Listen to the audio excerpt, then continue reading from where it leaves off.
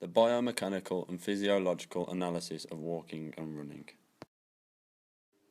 Within this presentation, the physiological and biomechanical processes that occur during walking and running will be analysed. The biomechanical data that was collected was obtained through a process called digitisation. This was done by marking up the specific joints on the participant being filmed. This enabled us to digitise their movements through the processes of walking and running using software called KA Video and KA 2D. We also collected physiological data by looking at the changes within the heart rate and the respiratory system during and after walking and running. How we walk. Walking consists of a series of repetitive strides to create a cycle called gait. The gait cycle of walking is called an inverted pendulum because as one leg is planted on the floor, the other passes forwards and therefore causes the movement of walking. These two stages are called the stance phase and the swing phase.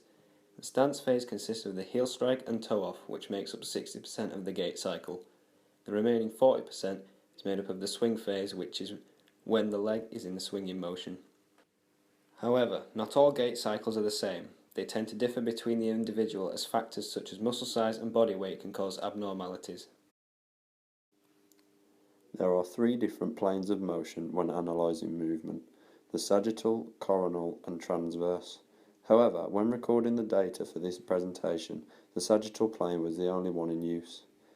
This was due to the camera setup that was used to record the footage.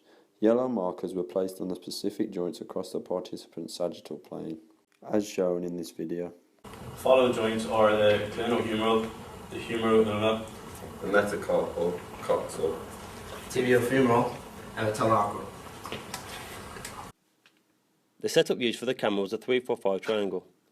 A 10-metre line was set out perpendicular to the camera for the participant to move along. A 3-metre line was then placed from the centre of this line representing the plane of motion. Next, a 4-metre line was placed in the central point of the line representing the plane of motion towards the camera. Finally, the triangle was formed by placing a 5-metre line connecting to the ends of the 3 and the 4-metre lines. To accurately scale the video, a 1-metre rule was used when digitising the footage. To do so, the points at the top and bottom of the rule were marked to ensure the video was scaled correctly. Exercise has a lot of immediate effects on the body. For the purpose of this presentation, the cardiovascular and respiratory systems will be focused on. Some of the initial responses to exercise are increased heart rate and an increase in lung capacity.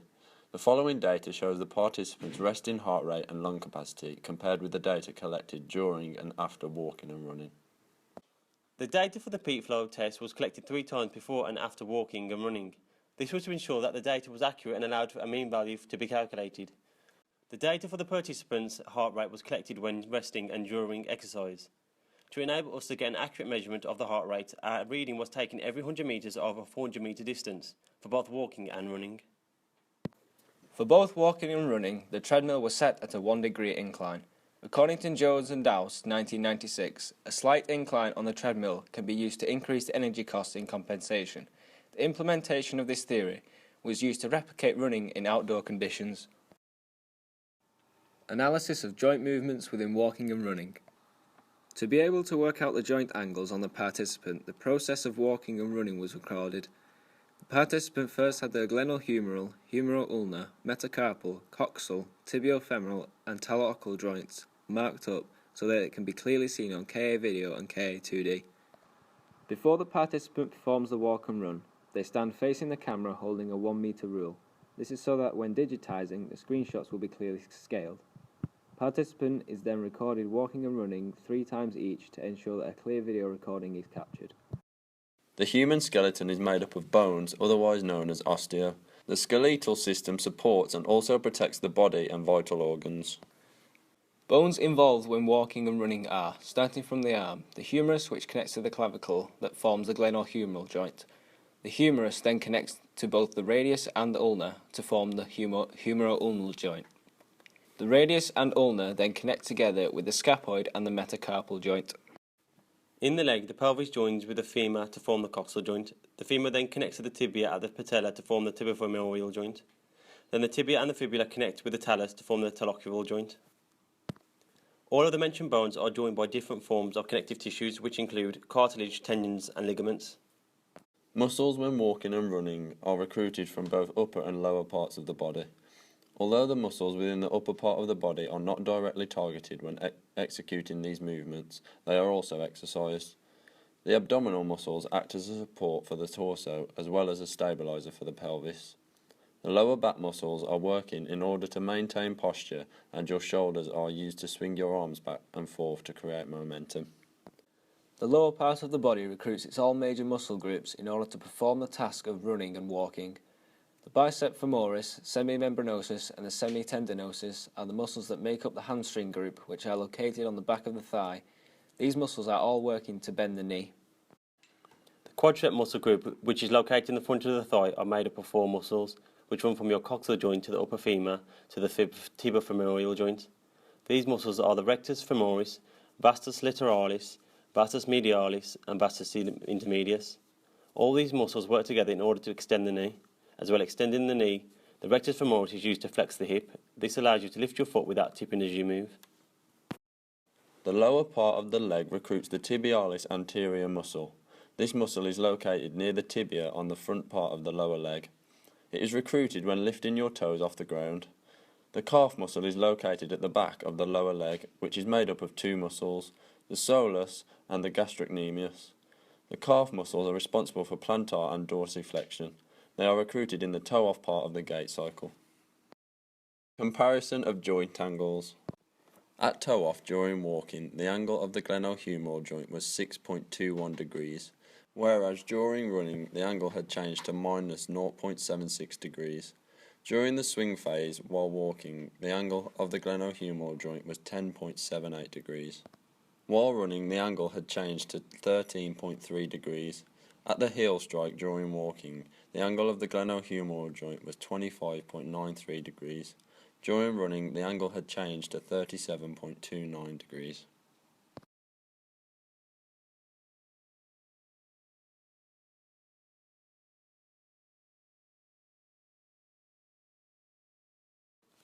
Angular displacement is the difference between the final and initial positions of a rotating body.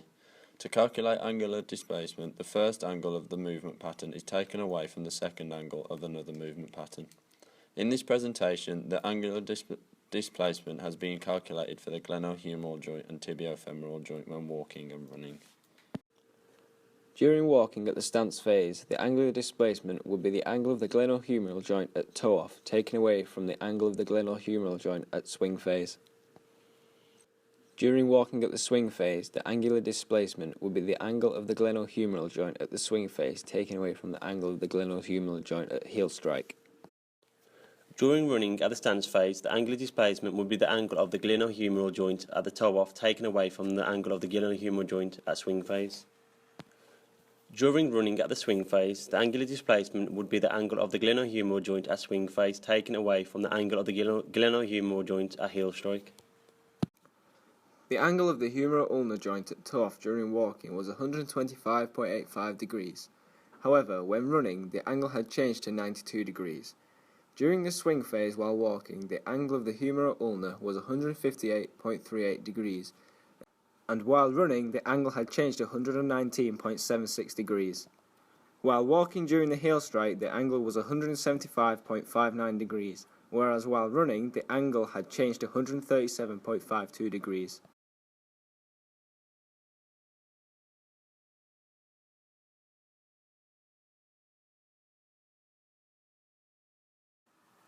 The angle of the metacarpal joint at toe-off while walking was minus 2.86 degrees. In contrast with running, the angle of the metacarpal joint was changed to minus 38.08 degrees. During the swing phase while walking, the angle of the metacarpal joint was minus 2.33 degrees, and while running, the angle had changed to 5.01 degrees. At the heel strike, the angle of the metacarpal joint during working was minus 4.18 degrees. However, during running, the angle had changed to minus 15.09 degrees.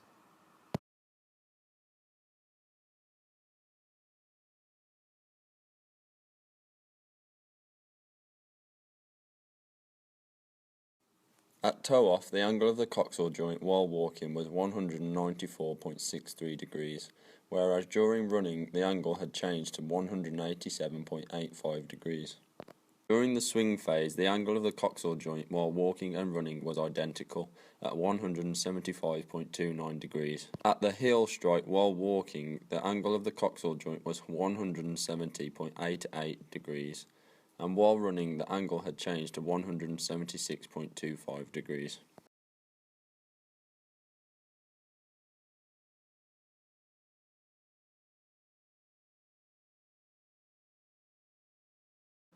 During walking at toe-off, the angle of the tibiofemoral joint was 147.83 degrees, which was different from the angle while running, which was 152.73 degrees.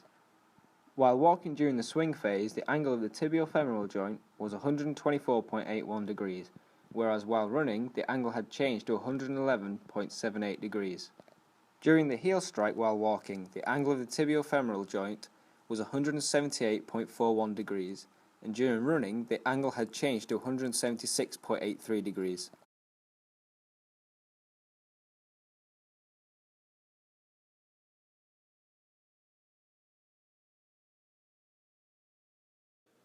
During walking at the stance phase, the angular displacement would be the angle of the tibiofemoral joint at toe-off taken away from the angle of the tibiofemoral joint at swing phase.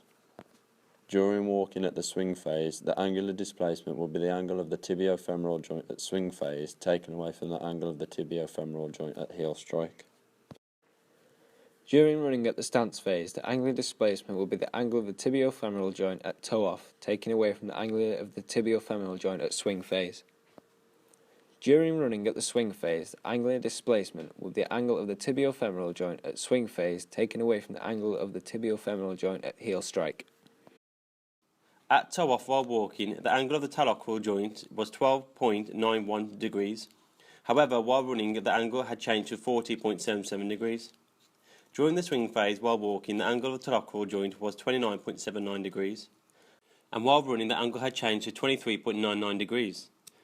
At the heel strike while walking, the angle of talocral was 1.69 degrees, whereas while running, the angle had changed to 2.95 degrees.